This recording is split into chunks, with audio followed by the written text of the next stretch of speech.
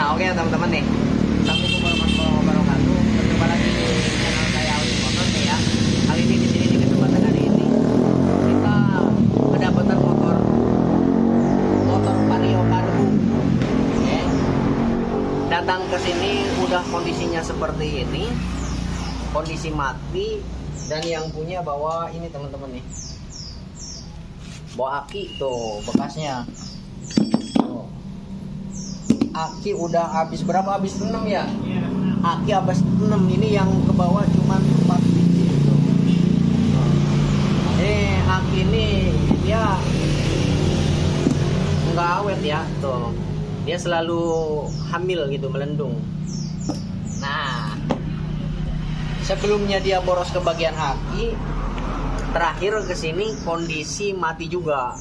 Nah, kondisi mati, tidak ada pengapian menurut info dari yang punya. Nah, sekarang kita coba aja cek. Nah, oke ya, untuk analisis awal, karena ini ada riwayat boros aki, ya. Ada riwayat boros aki, akinya selalu rusak nggak lama gitu, bahkan habisnya banyak ya. Nah, ini berarti ada masalah di bagian sistem pengisian. Analisis pertama saat belum kita cek ketika ownernya membawa aki banyak bekasnya gitu. Jadi akinya tidak awet lagi. Nah, untuk analisis pertama ketika aki tidak awet ya, mau diganti dengan merek apapun itu tidak awet, berarti ada masalah di bagian sistem pengisiannya. Pengisiannya terlalu over. Nah, terlalu over ya. Biasanya yang membuat pengisian terlalu over itu dari sini teman-teman nih.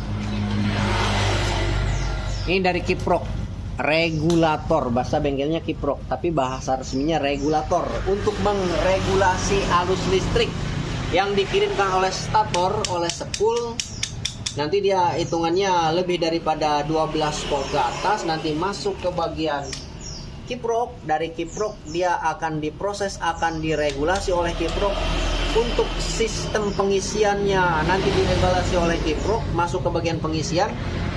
Itu harus di 12 minimal, maksimal di bawah 15. Nah, untuk si pengisian dan untuk si spool lampunya kan regulator stator dia ada 2 spool ya, spool pengisian dan spool lampu. Nah, untuk spool lampunya itu nanti dari spool dia low watt lebih daripada 12 volt masuk ke bagian kiprok, diregulasi oleh kiprok, dia akan outputnya menjadi 12 volt.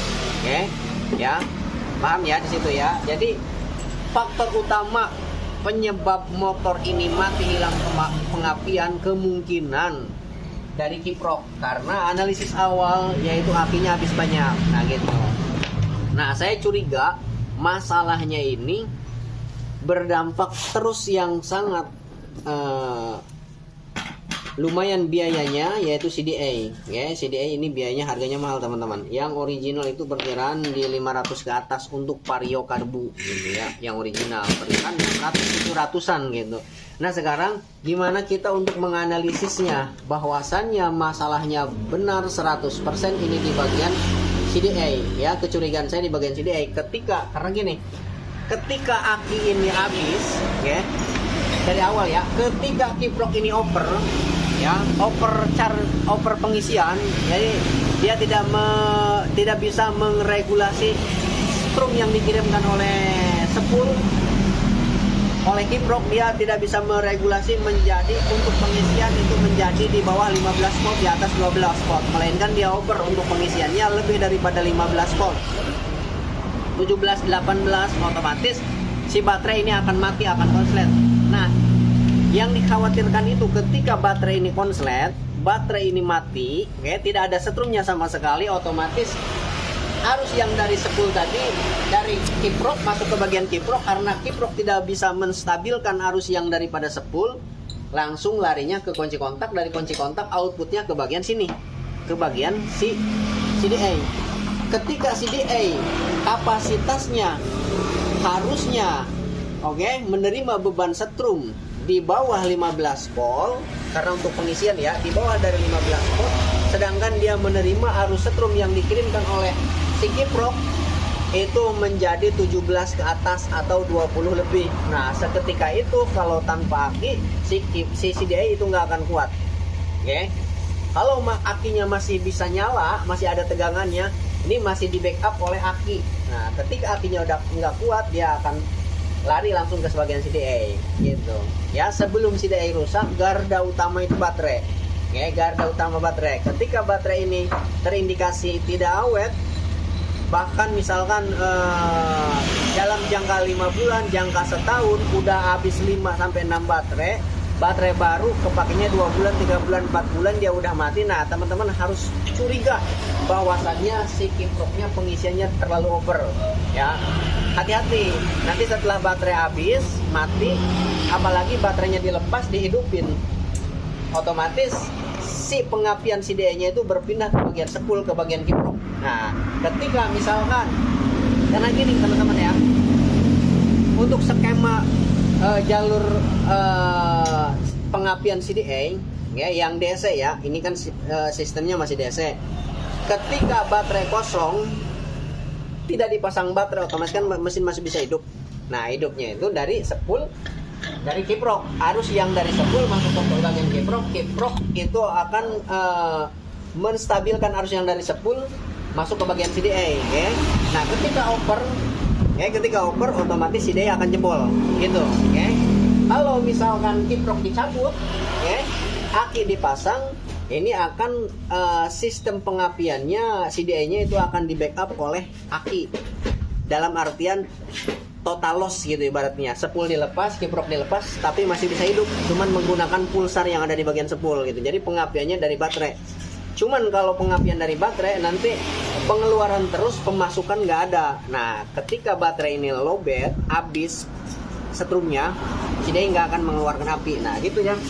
Skema untuk menghidupkan mesin bisa dari baterai dan bisa dari sepul. Nah, yang ditakutkan motor ini di bagian kiproknya kan over. Ketika kiprok over rusak, ya, si pengapian yang dari sepul ke bagian kiprok ini masih bisa di backup oleh aki. Kalau akinya normal. Nah, ketika akinya mati, ya, otomatis pengapian CDI-nya akan beralih ke bagian kiprok, ya, setrumnya yang dari sepul.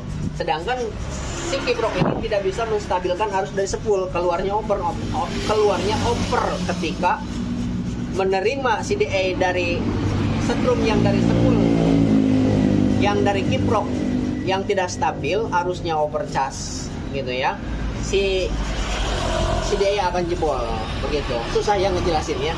Nah, sekarang kita masuk ke tahap pengecekannya. Apakah ini sesuai dengan analisis sebelum kita pegang ya, sebelum kita pegang.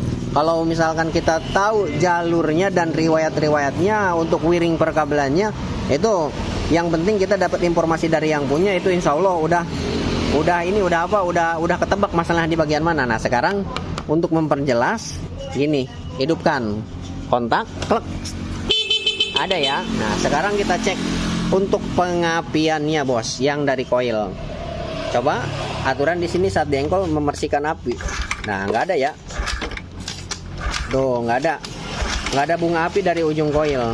Nah, sekarang untuk analisisnya gini teman-teman nih. Kita cek dari bawah dulu. Nah, untuk pengecekan dari bawah, karena di sini kita mau ngecek seperangkat pengisiannya, oke? Aturan kalau misalkan si CDI-nya normal gini aja nih, biasanya udah hidup tanpa kiprok, tanpa sepul, yang penting pulsar nempel, udah hidup gitu. Nah, sekarang untuk menganalisis masalah yang dari sepul, ya, kita buka di bagian sini. Ya, kita buka nanti. Tapi untuk pengecekan sepul cukup gini teman-teman nih.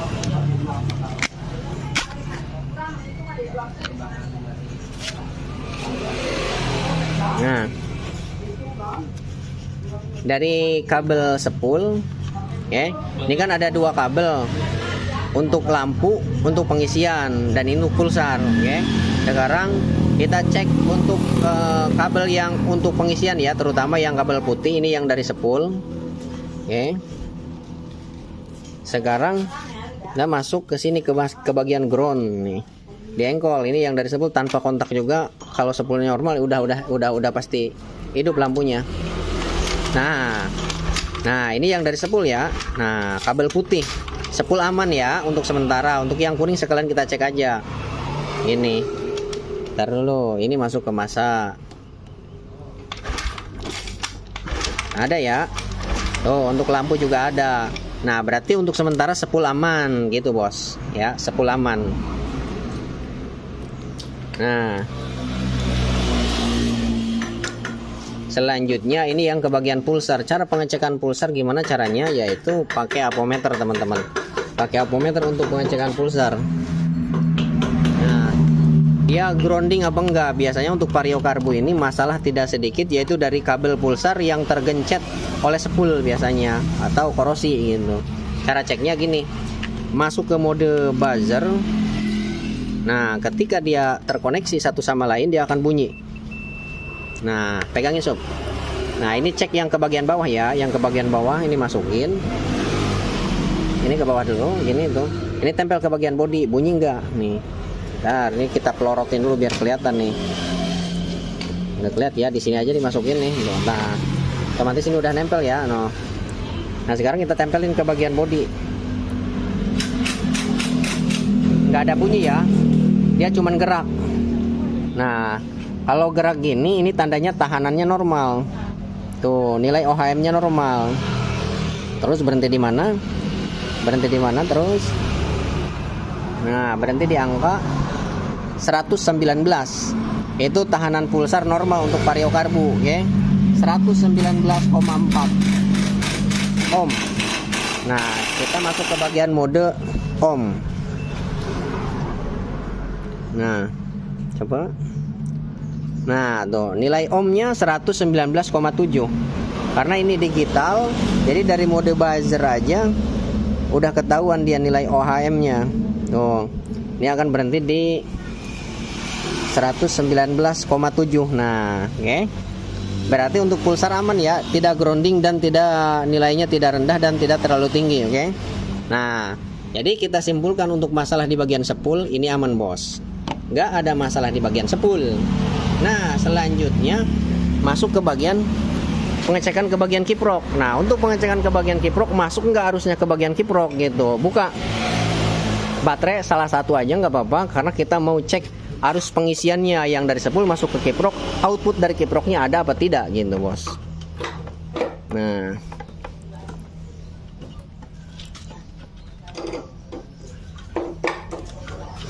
ada apa tidak, Bos, gini tuh ya. Udah ya, yang masanya dilepas. Nah, sekarang kita cek nih. So, pegang kamera, so. Maaf, selagen ya, selagen.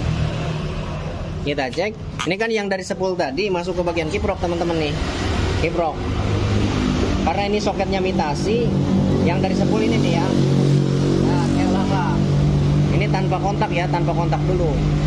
Ini kabel putih masuk ke bagian sebelah sini, soket sebelah atas, nanti outputnya warna merah, oke. Dan ini untuk sebelah bawahnya, belah sini ini untuk lampu khusus. Nah, ini masa nih. Nah, sekarang kita coba tempelin ke sini. Ini yang dari sepulnya ada apa enggak nih? Nah, tempelin ke bagian masa sini aja. Nah, engkol, coba di engkol. Sela. Ada ya? Nah, jadi kabel-kabel yang dari sepul tadi masuk ke bagian kiprok. Sekarang kita cek outputnya. Outputnya ini warna merah nih, yang dari kiprok. Warna merah. Kabelnya kalau misalkan sudah tidak sesuai warnanya, nih outputnya dari sini masuk ini, kabel putih keluar kabel ini nih, masuk dari sini keluar ini untuk pengisian, oke. Cek nih, ini ke masa. Coba. Oh, ada ya. Nah, jadi untuk output dari kiproknya ada, udah. Yeah. Udah, azan dulu, berhenti dulu. Besok. Kita cek nanti output daripada kunci kontak langsung ke bagian CDA. Nah, berhenti dulu. Nah, sekarang kita lanjut nih. Kita cek output daripada kunci kontaknya nih, ada apa enggak. Kalau misalkan output ini enggak ada yang kabel merah ini, berarti kunci kontak bermasalah. Kita cabut aja nih. Nah, sekarang ini masuk di kabel sebelah sini ya. Nah, itu ini. Itu. Nah, Jadi itu kontrak. Nggak, tidak itu bro. Nah, ini ke sini ya. Nih. Ini kabel merah. Karena untuk jalur kabelnya di sini teman-teman nih. Oke, ini kabel merah. Ini input menuju 12 volt daripada output kunci kontak. Ya, kunci kontak tadi setelahnya dari mana? Dari kiprok. Kiprok dari mana? Dari sepul. Jadi jalurnya itu dari sepul masuk ke bagian kiprok, nanti diregulasi oleh kiprok. Yang tadinya dari sepul dia lebih dari 12 volt masuk ke bagian kiprok, dia disaring oleh kiprok menjadi untuk pengisian itu di bawah 15 ya, nggak boleh di atas 15. Ini kabel merah dari kiprok tadi masuk ke kunci kontak, dari kunci kontak dia outputnya ini kabel merah strip hitam melalui sikring ya. Nah sekarang kita cek, nih masukin aja kayak gini. Nah ada nggak nih engkol? Engkol lah. Salah. Kontaknya belum dikontak, kontak dulu. Ada apa enggak nih? Nah, dah ada. Jadi arus yang masuk ke bagian CDA dia ada arusnya 12 volt, oke?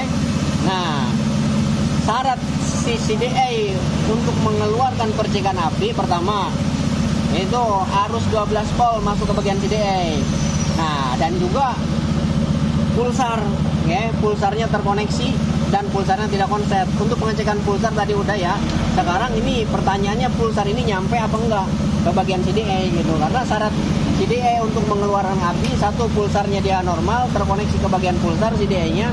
Karena ini pulsar ini untuk memberikan sinyal pengapian dari CDA gitu. Ketika mesin berputar 360 derajat, si pulsar ini akan menyentuh benjolan di bagian pick up, dia mengirimkan sinyal bahwasanya waktu tersebut untuk memercikan bunga api gitu. Oke.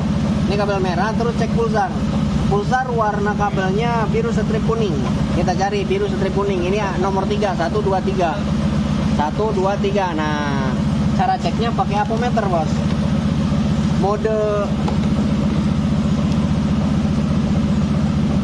Mode yang ada suaranya ya.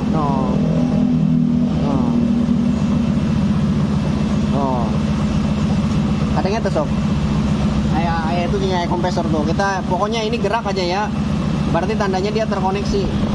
Nah, ke sini. Jadi kabelnya takut putus di perjalanan, si CDA juga nggak bakal mercikan api. Nah, tempelin. Dia terkoneksi ya. Berarti tandanya kabel pulsar ini tidak terputus, dalam artian dari pulsar ini nyampe ke bagian CDA gitu. Dengerin nih bunyi nih, kompresor udah mati.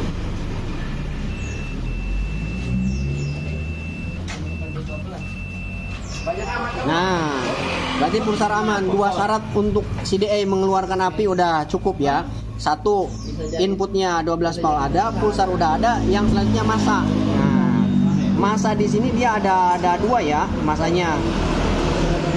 Yang kabel yang ini nih 1 2 3 4 5 nih, yang kelima kaki tuh 2 3 4 5 6 ya, karena di sini nomor 4-nya kosong. Jadi nomor 6 nih kabel ini nih.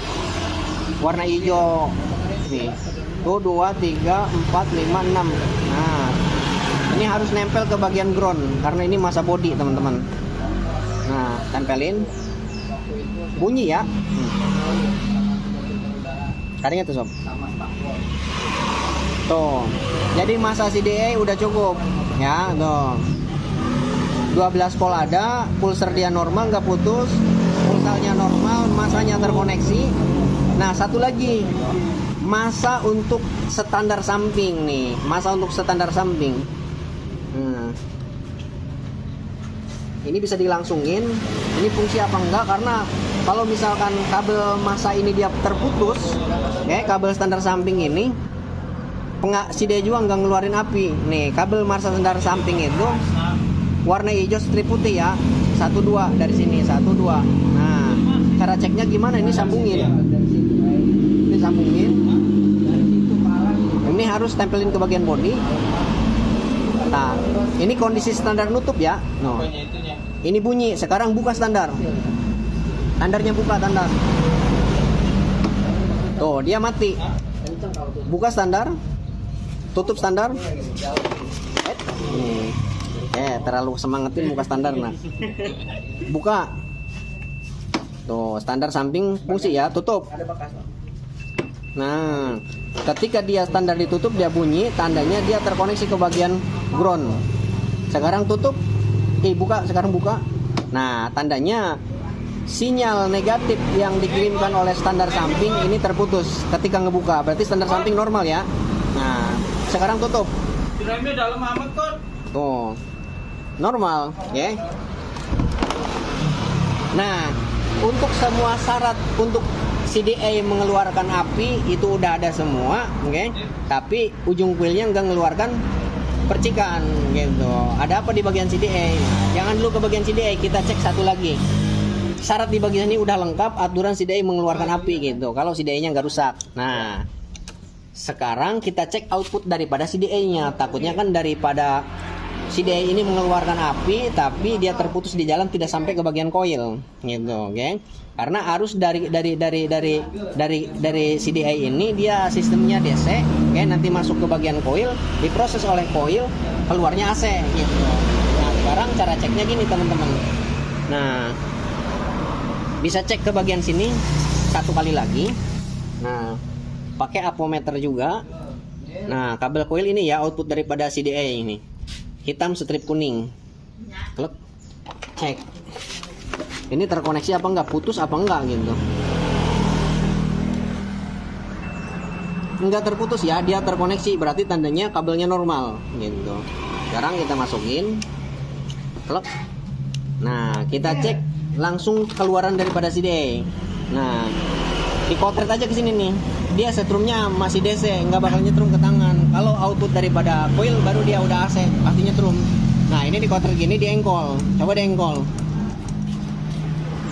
Kontak on, udah ya. Tapi dia masih tetap nggak ada api. Oh. Masih tetap nggak ada api. Nah, dah. Bahwasannya, ada tuh. Bahwasannya itu udah jelas sekali bahwasannya si CDA-nya dia mati, ya. CDA-nya mati. Ini CDA mati ini tentunya ada penyebab. Penyebabnya apa ya? Dari awal tadi analisis dari awal baterainya habis banyak. Baterainya habis banyak menandakan bahwasannya si pengisiannya over. Ketika baterai habis mati total tuh sampai koclak. Ketika dia rusak baterai ini otomatis si pengapian yang dari spool stator masuk ke bagian kiprok, karena kiprok dia tidak bisa menstabilkan harus yang dari spool langsung masuk ke bagian CDA, CDA-nya mati begitu. Jadi penanganannya ini mas 100% bahwasanya masalah di bagian CDA. Untuk penanganan ganti dulu CDA-nya, CDA-nya karena dia mati, tapi ini dampak daripada si kiproknya yang over, regulatornya over. Percuma ganti CDA kalau kiproknya nggak diganti, ini akan terulang mati lagi dan aki akan cepat rusak lagi gitu. Pusat masalahnya dulu kita benahi, yaitu kiprok. Kiproknya wajib ganti, karena dia over. Nah, sekarang kita betulin dampaknya, yaitu CDA, ganti CDA-nya. Untuk harga CDA yang original harganya mahal teman-teman. 600 lebih, 500 ke atas, perkiraan sampai 700-an. Kalau yang original KPB. Original KPB. Nah, sekarang kita obrolkan dulu ke yang punya. Gimana maunya ini? Mau diganti pakai yang original, apa pakai yang KW, atau gimana? Kita obrol. Intinya CDA-nya mati. Udah ya, kita skip dulu, nanti setelah kita dapat info dari yang punya, baru kita lanjut ke videonya. Nah, oke teman-teman nih. Ini udah kita obrolkan dengan yang punya. Ini untuk CDA-nya kan mahal yang original. Jadi yang punya, nah di sini nih PR sebagai mekanik itu harus serba bisa teman-teman nih. Kiprok, bukan kiprok. CDA ini punya apa nih? Tuh. Punya bit karbu yang kodenya KPY. Jadi yang punya ini minta digantikan pakai punya bit karbu, bisa nggak? Bisa, Untuk kiproknya ini original copotan. Ini katanya sih masih bagus. Nanti kita cek aja ya untuk pengisiannya. Kiproknya original copotan. Untuk kiprok sama aja dengan motor PKZR, Jupiter Jet, Mio 5TL, kodenya sama dengan kode KPB dengan KPY, bit karbu juga sama. Satria FU juga sama, Kawasaki KLX juga sama jalurnya gitu. Nah, sekarang berhubung di sini kita pergantian yang tidak umum gitu ya, CDI-nya pakai bit karbu. Ini ada fitur yang tidak fungsi, yaitu fitur di bagian lampu temperatur di bagian suhu panas, ya, suhu panas paling di bagian radiator. Ketika radiator mencapai overheat, oke, lampu merahnya tidak nyala, oke, ya.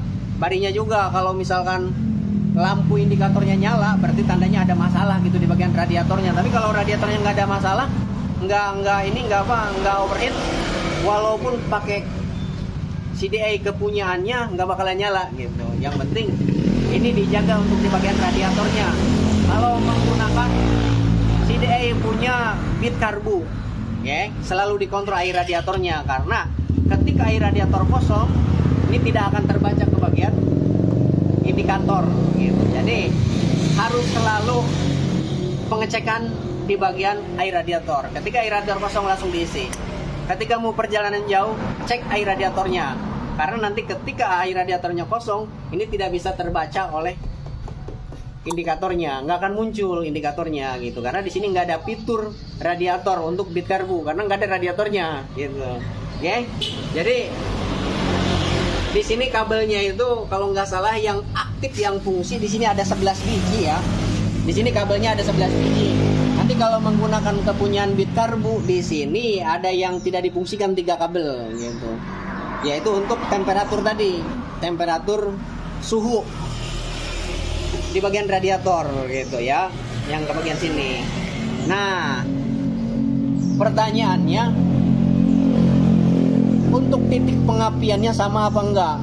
Lebar panjang pick up-nya sama apa enggak? Nah, untuk bit karbu dengan kode KPB atau vario karbu, panjang pick up-nya itu sama aja, 38 mili, kurang lebih 15 derajat sebelum TMA gitu, sama aja.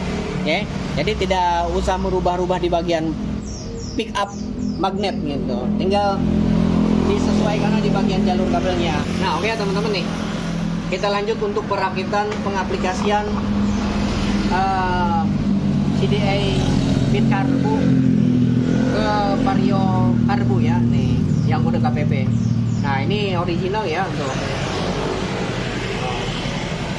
Ini nggak tahu yang punya dapat dari mana nih. Original dan juga kiproknya original copotan tuh. Oke. Nah, sekarang ini udah kita buatkan diagramnya tadi tuh.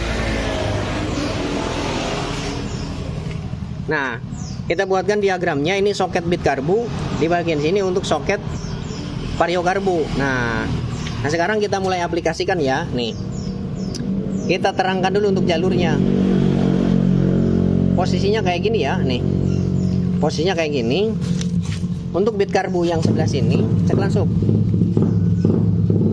Yang sebelah sini pulsar.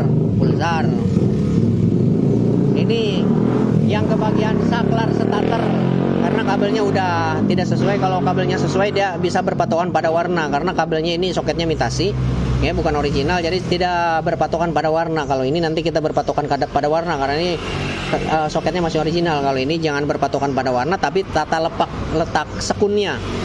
Yang ini pulsar tuh ya, pulsar single. Yang ini untuk saklar starter. Oke. Nah, yang sebelah sini ini output kunci kontak. Oke. Terus yang sebelah sini massa. Oke. Yang sebelah sini coil, perhatikan, coil. Yang sebelah bagian sini output daripada CDI ke relay starter gitu. Yang sebelah sini ke bagian choke. Yang ke bagian sini ke bagian pot switch, ke bagian standar samping, massa standar samping gitu ya. Nah, sekarang untuk yang ke sebelah sininya, nah kita baca dari sebelah sini, oke. Soket diangkat ke atas.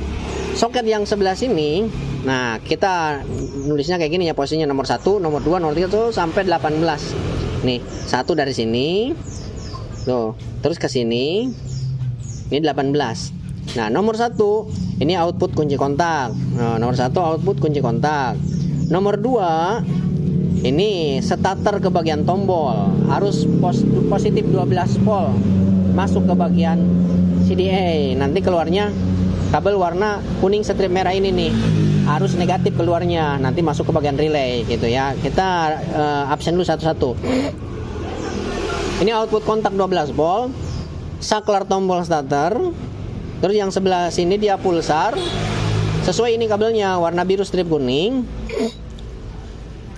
Yang sebelah yang nomor 4 dia kosong ya, nggak ada. Sekarang nomor 5. Masa temperatur, yang ini yang nggak dipakai nanti. Masa temperatur untuk radiator. Oke. Yang nomor 6 masa bodi. Ini masa. Yang sebelah sini output dari CDA, sinyal negatif ke bagian relay starter. Nah, oke ya. Terus nomor 9-nya kosong ya, nomor 9 kosong. 1 2 3 4 5 6 7 8. Nomor yang terakhir kosong nih, yang terakhir kosong. Yang ke bagian sini ini ke bagian cuk. Ya. Ke bagian cuk. Yang nomor ini nih. Yang nomor 8. Yang 8 ke bagian cuk. Oke. Untuk yang sebelah sini, di sini nggak ditulis ya, nggak ditulis ke bagian cuk, nomor 8 kelewat tuh. Tapi ini kabel ke bagian cuk ya. Nah, selanjutnya ke bawah sebelah sini. Nah, yang nomor 10 coil. Oke. 11 kosong, 12 kosong, 13 kosong, 14.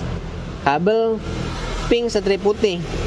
Ini temperatur ke bagian ECT ya, selang ke bagian ECT, bukan selang, kabel ke bagian ECT. Nah, terus nomor 15 kosong, nomor 16 kosong, nomor 17. Nah, ini pot switch standar samping, hijau strip putih. Dan terakhir nomor 18 indikator temperatur yang ke bagian speedometer. Jadi yang tidak difungsikan ini gitu. Ya, sob buka sob. Sekarang kita aplikasikan. Ntar lu ada yang nambah angin. Ya, buka sob. Nah, libur lah bos ya. Libur baik, waduh. Nah, sekarang kita aplikasikan. Cara aplikasinya kayak gini. Sob, ceklan sob. Nah, cara aplikasikannya kayak gini. Ini sobek. Nah, ini jangan diputus ya. Suatu saat nanti takutnya yang punya pengen standar lagi, tidak nyambung-nyambung kabel gitu. Jadi yang terpenting kabel ini dulu nih. Tapi kita buat zigzag ya. Nah, gini tuh. Kelupas aja gini. Nah, perhatikan. Yang sebelah sini 12 volt. Perhatikan, ceklan sob, CDE sob. 12 volt ketemunya kabel merah.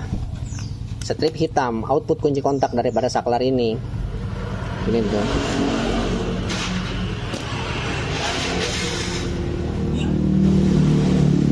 Ini tuh masukin, dililit, puter aja bos. Ini tuh.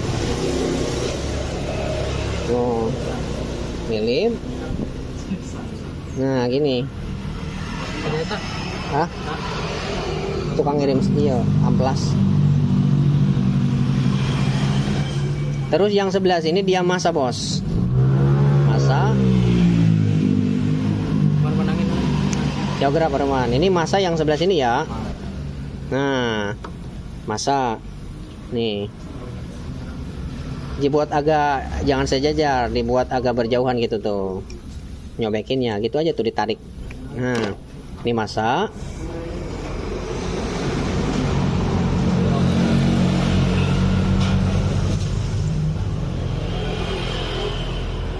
Ini masa. Ntar dulu, 1 2 3 4 5. Iya. Kalau ini masa temperatur mesin, temperatur radiator. Yang ini masa bodi ini, yang warna hijau. Masukin aja kayak gini, dikepang dulu. Oke ya, dikepang.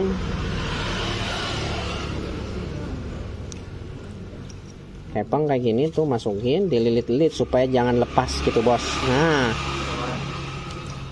selanjutnya yang sebelah sini ke bagian coil nih. Nih, ini ke bagian coil. Coil untuk di bagian sini kabelnya itu warna, nah, hitam strip kuning, kabel warna originalnya. Ini ya, agak ke atas dikit sini. Jangan dibuat sejajar untuk menghindari terjadinya konsleting nantinya, tapi tetap kita bungkus nanti. Nah gini, ini ya. Kalau yang belum paham jalurnya, perhatikan diagramnya. Kalau yang udah paham, tinggal berpatokan ke bagian sini aja, letak pin-pinnya. Nah untuk yang sebelah sini, ini ke bagian relay output negatif daripada CDA, relay starter. Karena pada dasarnya di sini ada relay starter teman-teman, ya, mengubah arus nantinya dari tombol starter masuknya dia positif, keluarnya dia negatif. Nah ini masuknya dari sini, nanti keluar ini masuk positif, keluar negatif. Keluar negatifnya ini ke kabel warna kuning strip merah, taruh di atas. Nah gini tuh.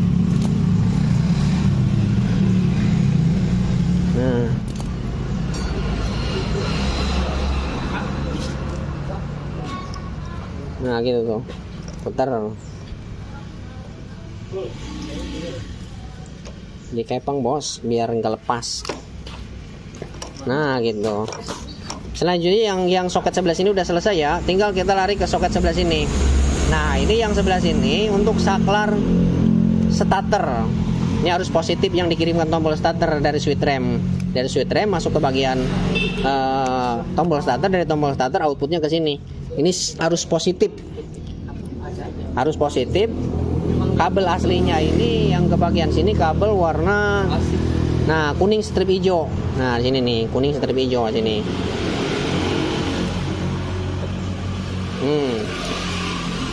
Kuning strip hijau gitu tuh.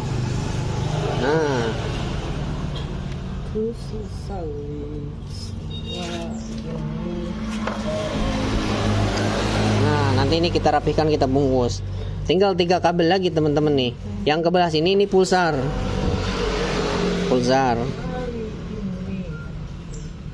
Pulsar itu kabelnya warna biru strip kuning. Ya kalau soket ini udah imitasi, teman-teman bisa berpatokan pada diagram tulisan di bagian sini nih. Kaki-kakinya yang sudah saya bacakan tadi di awal. Nah.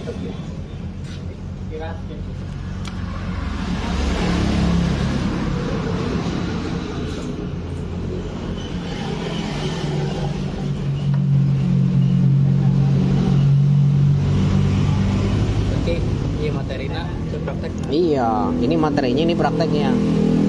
Cuman kalau udah di luar kepala, ini nggak usah pakai yang kayak gini. Tinggal langsung praktek aja. Berhubung di sini kita edukasi, ya kita jelaskan satu persatu jalur kabelnya. Tinggal 2 kabel lagi. Nah, di sini untuk pot switch atau switch yang dikirimkan sinyal negatif oleh standar samping. Jadi untuk CDA jenis motor KPY atau KPB, vario karbu, bit karbu, dia ada 2 masa gitu. Ketika satu masa terputus, CDA tidak akan mengeluarkan api. Masa bodi dan masa standar samping gitu. Kabelnya warna hijau strip putih. Mana kabel hijau strip putih?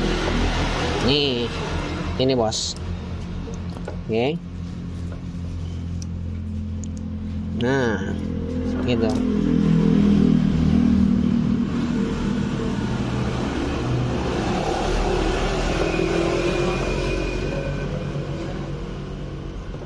Nah dikepang bos, gini tuh.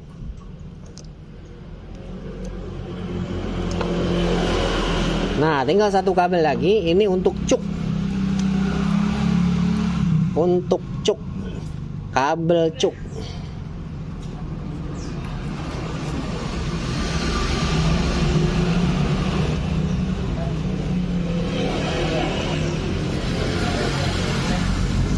Cuk ini dari sini kabelnya warna ini teman-teman nih, biru strip merah untuk cuk.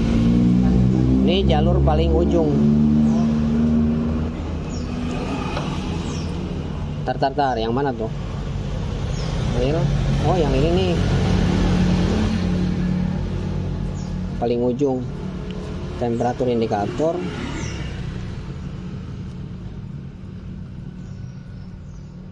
Cuk yang ini yang ujung, ya yang ini nomor 8 nih. Nomor 8 nih. Yang lupa ditulis di sini ke kosong tadi, buru-buru sih nyatetnya ya. Nih, nomor 8 ini ke bagian cuk. Nah, nomor 9 kosong tuh. Nih, ke bagian cuk karbu.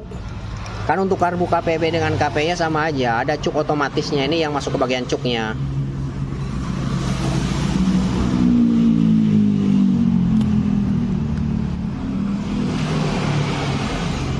Nggak dipanjangin dikit.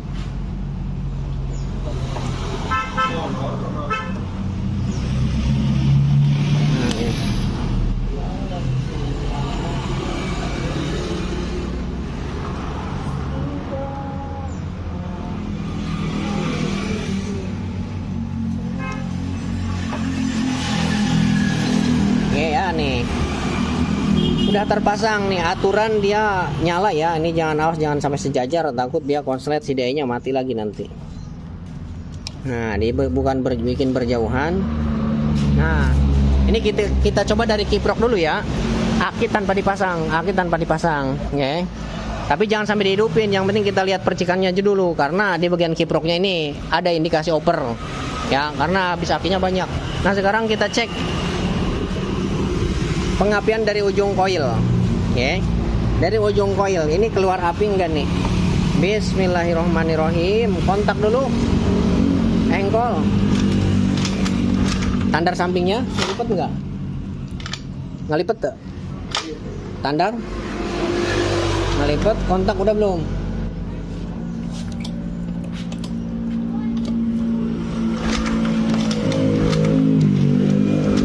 Ini enggak ada, bos. Ntar dulu. Lagi.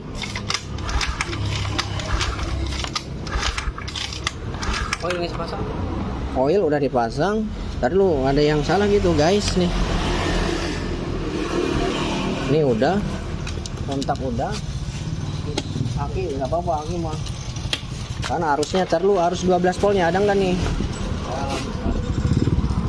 Cek arus 12 voltnya keluar nggak? 12 volt. Coba engkol sup. Ini nggak ada kontaknya on. Nah, ada ya, tuh ada tuh apinya. Tadi kontaknya belum pas kayaknya. Tuh ada tuh. Mana itu langsung pengapian langsung ada nih. Coba nih. Tuh, wih, mantap. Lagi. Lagi. Tuh, engkol. Tuh. Nah. Lihat nggak? Lihat nggak, Pul? Tuh, mantap tuh nyampernya juga. Tuh, lagi. Tuh, sini aja nyamber. Lagi. Lagi. Tuh, udah ya. Jadi udah nyetrum. Udah ya, berarti tadi kontaknya agak error gitu, Bos. Nah. Ada error. Nah, oke. Sekarang kita pasang akinya pasang dulu, pasang. Kita coba cek si pengisiannya oper apa enggak. Sekarang kita tancapkan. Kita nggak mau berani ngidupin nih. CDA yang ini nggak mau ngidupin kalau tanpa aki gitu. Nanti CDA-nya jebol lagi. Kalau dipasang aki untuk sementara cek voltase oper apa tidaknya, aki nggak akan langsung rusak, nggak bakalan. Beda dengan CDA.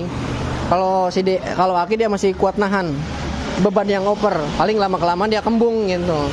Tapi kalau misalkan CDA tanpa aki, kiproknya oper, sekali hidup langsung jebol gitu.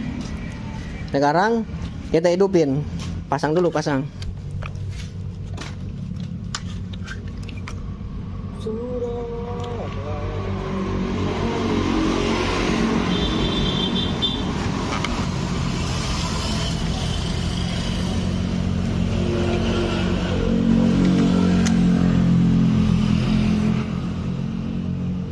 Takut ada yang menyatu. Nah, sekarang starternya connect nggak? Oh, starternya nggak connect. Mungkin jalur switchnya atau apanya. Yang penting hidupin dulu ya. Hidupin. Hai bensinan ya motornya.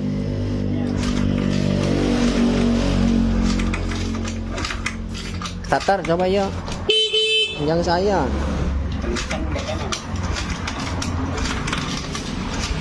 Mau ada sih jalan nah.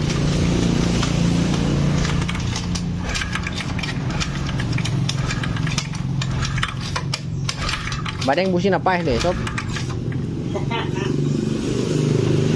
Nyala lagi. Enggol.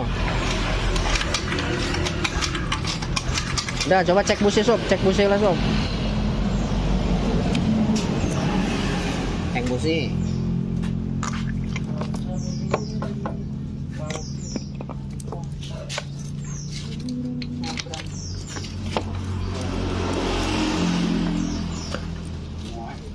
Pengabdian udah besar ini, brevet boy.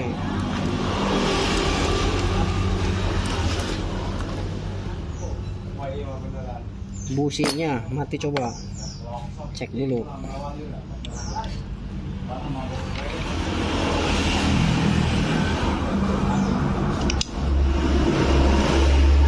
Nyala kak basok. Ada sih ya, fokuskan sob. Kaulah kayak nyala, santai. Coba. Ada tapi merah. Motornya nggak sebara iyan teh hirup ya. Nggak sebul teh hirup. Coba engkol kompresin aja woy embat. Oh ayah. Coba ganti busi sob. Jangan. Tadinya no. Panjang sob busina sob. Hah?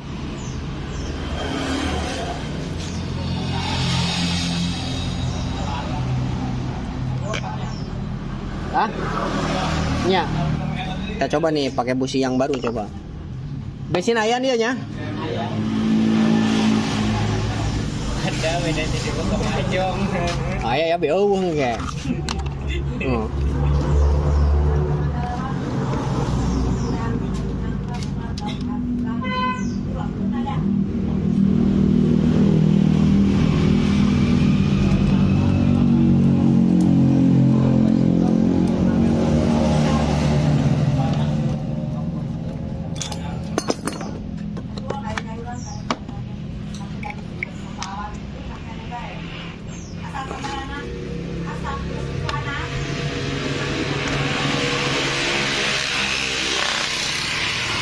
Coba sob, jajal sob.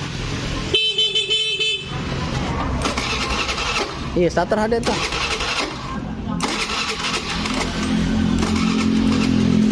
Nah, hirup dah. Oh, kakinya lemah, nggak kuat guys. Coba selak.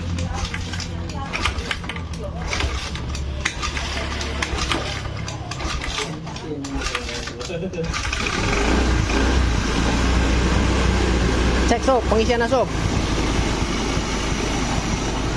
Takut over nih, coba over enggak? Karena DC. Putar karena DC. Kali deh, nah ini yo.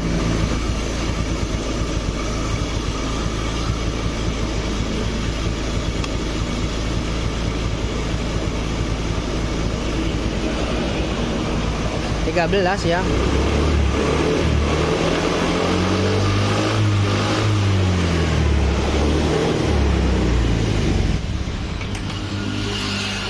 Pengisiannya 13, udah hidup sih. Oke. Tapi ini mati lagi. Apa bensinnya habis tah? Oh.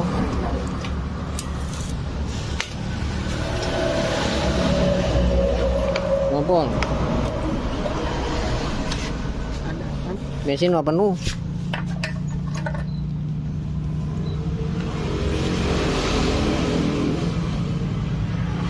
Kabel ininya sih, membrannya terkoneksi enggak nih?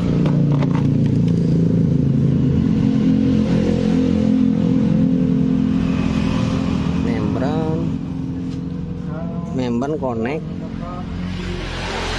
Sob, engkol lagi sob.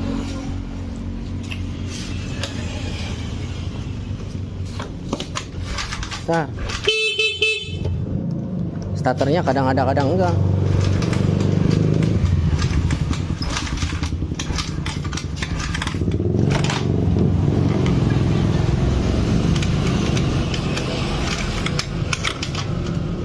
Oke sob, coba cek deh pengapian sob. Coba sob. Pengapian mantep. Berarti masalah di lain deh ya meureun karbu meureun ya. Ini pengapian udah ketemu ya teman-teman nih. Tadi sempat hidup bentar. Tadi sob.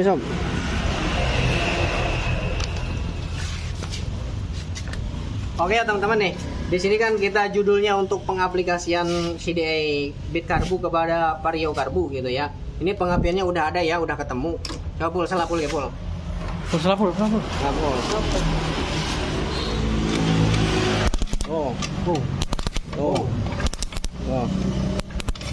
Udah. Nah, jadi untuk pengapiannya udah ketemu kayak ya. Ini ada masalah lain, bisa jadi dari karbunya bermasalah karena sempat hidup tadi dia berbet gitu ya. Karena untuk menyalakan mesin itu ada 3 syarat teman-teman. Satu pengapian, kedua BBM, ketiga kompresi. Nah, untuk pengapian ini udah terpenuhi, udah nyala ya pengapian, udah normal karena sebelumnya nggak ada. Nah, kemungkinan ini ada masalah entah di bagian BBM, entah di bagian kompresi. Oke. Nah, jadi mungkin ini video cukup sampai di sini aja. Nanti ada kelanjutannya untuk perbaiki yang lain. Mungkin kita tidak videokan untuk pengecekan di bagian BBM dan kompresi gitu ya. Pasti salah satunya ada yang bermasalah, yang lemah. Kalau pengapian udah pas. Sama ya untuk bit karbu itu si jalurnya udah sama persis, untuk titik pengapiannya juga sama, untuk limiternya juga sama, tidak jauh beda. Oke. Jadi kurang lebihnya saya minta maaf. Sekian dan terima kasih. Assalamualaikum warahmatullahi wabarakatuh. Nah, ini ternyata yang susah hidup tadi bukan dari kompresi dan BBM, bukan, ternyata dari pengapian juga yang kiproknya bermasalah, jadi harus balik. Dan untuk setup ini si switch remnya tuh dilangsungin baru bisa. Nah, minta dilangsungin kayak gini tuh, berarti switch remnya ini yang bermasalah.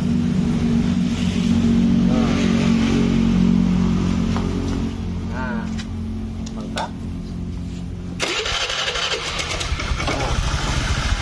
Udah jreng. Lagi.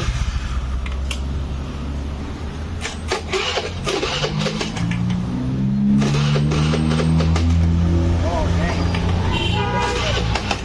Cuman si apinya agak sedikit lama ya. Oh, itu.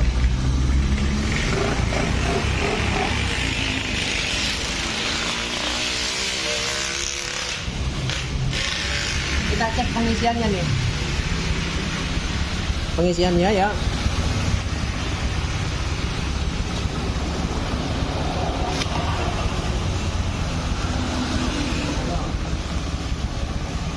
Nih, lihat pengisiannya. Ini saat stasioner, saat langsam di 13 ya. 13 kita gas full.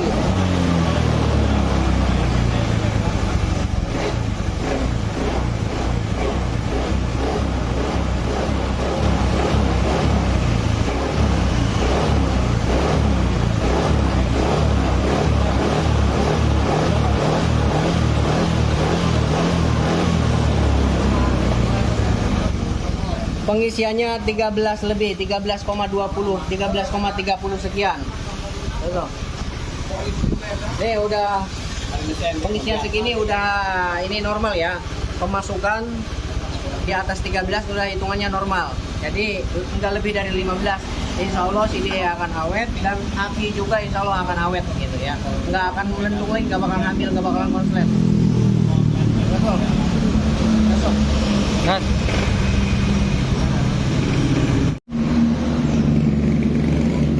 Kabel kiprok lagi dirapihin. Ini udah bos ya. Tinggal gini doang loh. Nanti dikala yang punya pengen ganti pakai yang original bawaannya lagi, tinggal tancap doang gitu. Nah.